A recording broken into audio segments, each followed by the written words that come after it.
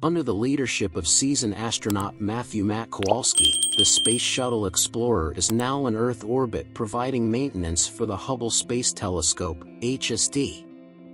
Dr. Ryan Stone is traveling in orbit for the first time to upgrade the Hubble's hardware. Mission Control in Houston urges the crew of Explorer to return to Earth promptly during a spacewalk, warning them of a fast-growing cloud of space debris that was unintentionally created by the Russians shooting down a presumed defunct spy satellite. See Kessler Syndrome. Not long afterward, more communication satellites are brought down by debris, and contact with Mission Control is lost. Stone is torn from the shuttle and sent hurtling through space when debris strikes the Explorer and Hubble. After saving Stone using a Manned Maneuvering Unit, MMU, from Kowalski, they return to the Explorer only to find that the rest of the crew has perished and the shuttle has sustained severe damage. Kowalski estimates that they have 90 minutes before the debris field completes an orbit and threatens them once more, so Stone and Kowalski decide to utilize the MMU to go to the International Space Station, ISS, which is in orbit approximately 1,450 kilometers, 900 miles, away. The two talk about Stone's childhood and her daughter, who passed quite young in an accident, while they travel to the International Space Station. They observe as they get closer to the station that one of the two Soyuz spacecraft that make up the International Space Station, ISS, has been used by its crew to evacuate, while the other spacecraft is damaged and cannot return to Earth because its parachute was deployed in space.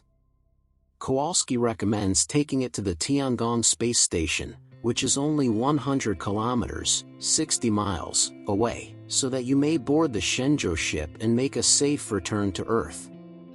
Running out of fuel and air, the two attempt to board the International Space Station, ISS. Their tether catches on one of the solar panels. Stone catches a strap on Kowalski's suit after getting her leg twisted in the Soyuz's parachute cords, but it soon becomes apparent that the cables cannot hold them both. Kowalski disconnects from the link in spite of Stone's objections in order to prevent her from floating off with him. Kowalski floats off, and Stone is dragged back toward the International Space Station. Stone goes through the Pirs module's airlock to enter the space station.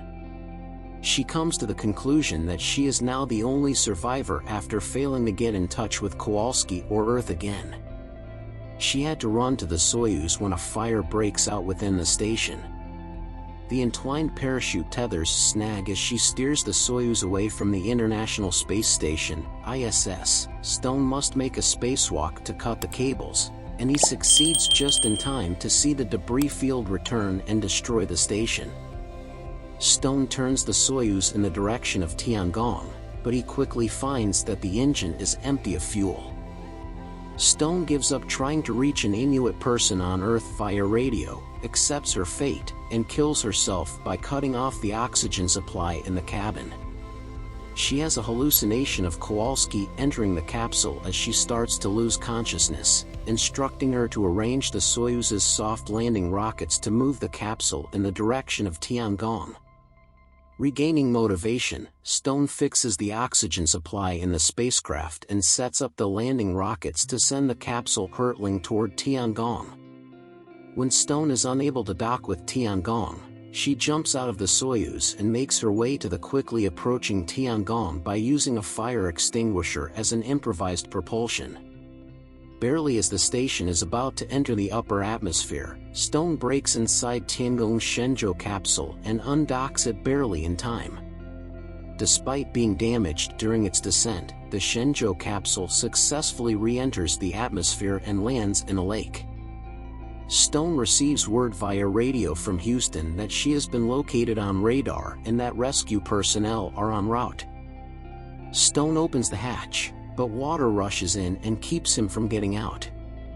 She inhales deeply, holding her breath until the capsule descends, enabling her to pass through the hatch. She crawls onto the shore, throws off her heavy Sokol space suit, and then gets up and leaves with a victorious gait.